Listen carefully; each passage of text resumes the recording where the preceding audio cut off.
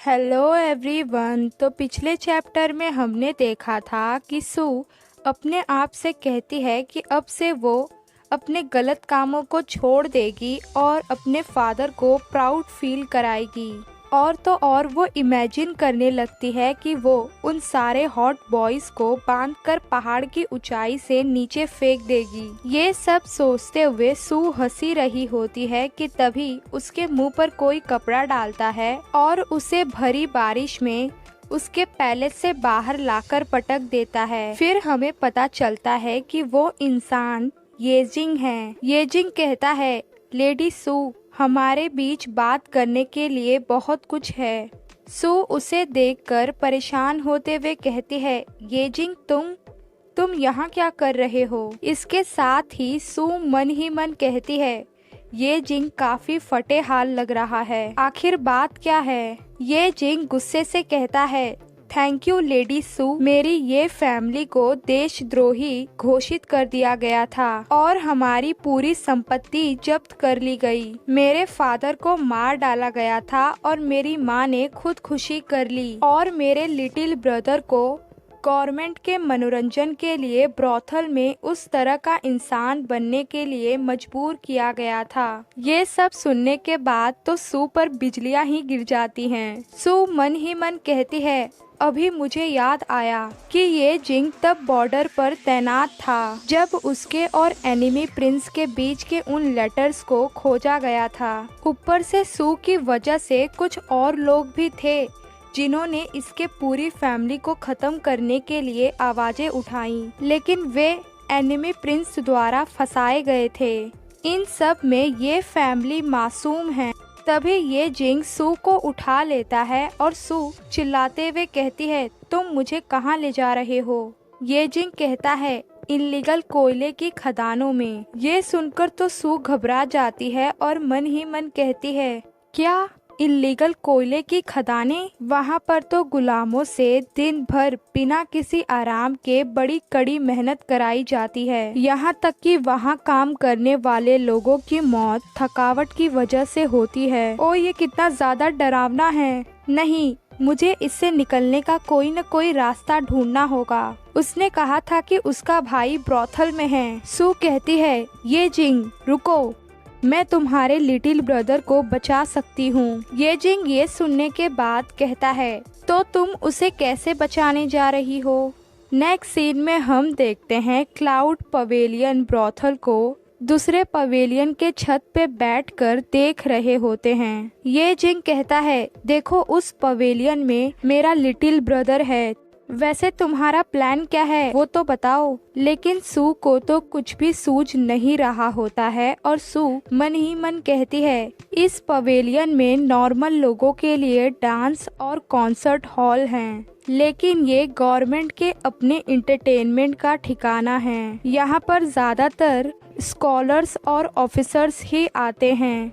जहाँ तक नॉवल की बात करें तो उसमें मेंस और वुमेन्स दोनों को माना जाता है, इसीलिए यहाँ पर दोनों के लिए अलग अलग इलाके होंगे। ये जिनका ब्रदर यहाँ पर है, इसका मतलब उसे काफी ज्यादा अच्छा दिखना चाहिए। लेकिन मैं यहाँ की रेगुलर कस्टमर हूँ, इसीलिए मेरा यहाँ पर बड़े पैमाने पर स्वागत किया जाता है, जैसे कि कंट्री के हेड आए हों। इतना ज्यादा धूमधाम होने पर सबका ध्यान जरूर इस पर जाएगा। लेकिन मैं इस वक्त बहुत गंदी हूँ, इसीलिए मेरा स्वागत कौन ही करेगा। इससे पहले कि मैं 3 मिनट अंदर जाऊँ, काउंसलर मुझे पहले ही लात मार के बाहर निकाल देगा। ये सब कुछ सोचने के बाद सू कहती है, ये जिंग, शायद मैं इस जगह से ज्यादा फेमिलियर नहीं हूँ, लेकिन मैं चाहती हूँ कि तुम मेरे लिए एक न्यू ड्रेस का सेट लाओ। अभी मैं जिस तरह की दिख रही हूँ, शायद वो मुझे दरवाजे के अंदर भी नहीं जाने देंगे।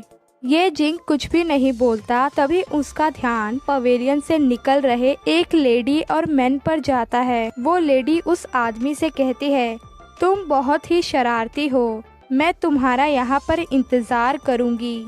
तो अगली बार जल्दी आना। फिर तो वो दोनों किस करने ही वाले होते हैं कि तभी ये जिंग कहता है, रुको, इससे पहले कि मैं कुछ करूं, तुम लोग मुझे बता दो कि तुम दोनों लड़के ही हो ना। ये जिंग को इस तरह से देख के वो दोनों घबरा जाते हैं और मन ही मन कहते हैं, क्या होगा अगर हम कहें कि हम हैं। वैसे भी यहाँ पर किसी भी तरह के कपड़े पहनने में कोई बुराई नहीं है। नेक्स्ट सीन में हम देखते हैं ये जिंग उन दोनों की पिटाई कर देता है और उस गर्ल वाले कपड़े को लाकर सू को देता है। सू वो ड्रेस लेते हुए मन ही मन कहती है, अरे बाप रे, ये कितना खतरनाक है। नेक्स्ट सीन में हम देखते हैं सू वो ड्रेस पहनकर उस क्लाउड पवेलियन के अंदर जाती है। सभी लोगों का ध्यान भी सू और येजिंग पर जाता है। वहाँ के लोग आपस में बातें करते हुए कहते हैं, देखो इन्हें, ऐसा तो नहीं लगता कि ये लोग यहाँ पर मजे करने आए हैं। क्या वे पास ही के फ्लावर पवेलियन से आए हैं, वो भी लड़ने के लिए? अगर ऐसा है तो ये शो देखने में बहुत मजा आएगा। सू मन ही मन कहती है, सू शांत हो जाओ, नाराज मत हो, तुम्हारी लाइफ शर्मिंदगी से ज्यादा कीमती है। तभी वहाँ पर एक आदमी कुछ हट्टे कट्टे लोगों के साथ आता है और सू को पॉइंट करते हुए कहता है, तुम पागल, तुम्हारी हिम्मत कैसे हुई हमारे पवेलियन के बिजनेस को चुराने की। सू गुस्से से कहती है, हे, अपनी आंखें खोलो और मुझे देखो, ये मैं हूँ। फिर तो वो आदमी कहता है, लेडी सू, ये आप हैं? तो आज आप यहाँ किसे लेकर आई हैं? सू कहती है, मैं यहाँ पर किसी को लेकर नहीं आई हूँ, मुझे बस यंग मास्टर ये के पास ले चलो। सू मन ही मन कहती है, मैंने कुछ ज्यादा ही ओपन नॉवेल लिख दिया। उस नॉवेल में ये जिंग का भाई बस एक चारा था, यहाँ तक कि मुझे तो याद भी नहीं कि वो कैसा दिखता था। इसके साथ ही सू इमेजिन करने लगती है कि ये जिंग के भाई की आत्मा उससे कह रही है कि तुम बहुत ही हार्टलेस हो। सू आगे कंटिन्यू करते हुए कहती है, लेकिन मुझे याद है कि ये जिंग अपने भाई के बेहद करीब था। फैमिली के ख़त्म होने के बाद ये जिंग के भाई ने उसी दिन आत्महत्या कर ली थी जिस दिन उसे ब्रॉथल में लाया गया। यही कारण था जिसने मुझे मारने के लिए ये जिंग को ज़्यादा उकसाया। यहाँ तक कि वो ये भी इमेजिन करने लगती है कि ये जिंग के ब्रदर की आत्मा गुस्से से कह रही है, हाँ भाई, यही मेरी मर्डरर है, मार दो इसे। मैं केवल उसे ही नहीं बचा रही बल्कि इससे मैं खुद को बचा रही हूँ। तभी वो आदमी कहता है, ये जरा मुश्किल हो सकता है क्योंकि प्रिंसेस मुदान ने पहले ही यंग मास्टर ये को बुक कर लिया है। ये फैमिली के गिरने से पहले ही उन्होंने यंग मास्टर ये के लिए अपॉइंटमेंट ले ली थी। सू कहती है, ये तो तुम्हारे वर्कर्स में से एक भी नहीं था, तो ऐसे कैसे प्रिंसेस मुदान ने उसे बुक कर लिया। तभी अचानक सू के दिमाग की बत्ती जलती है और वो येजिंग की ओर देखते हुए मन ही मन कहती है, अगर उसने यंग मास्टर ये को पहले ही बुक कर लिया तो इसका सिर्फ एक ही मतलब है कि ये फैमिली को बर्बाद करने वाली प्रिंसेस मुदान है। ये जिंग भी प्रिंसेस मुदान के बारे में सोच रहा होता है। सू हमें बताते हुए कहती है कि अपने साथ हिसाब बराबर करने के लिए कोई भी ये फैमिली को बर्बाद नहीं करेगा, लेकिन अगर प्रिंसेस मुदान ये चाहती हैं तो ये एक अलग कहानी है। असल में प्रिंसेस मुदान एम्परर की इकलौती बड़ी बहन है, इसीलिए वो रॉयल प्रिंसेस हैं।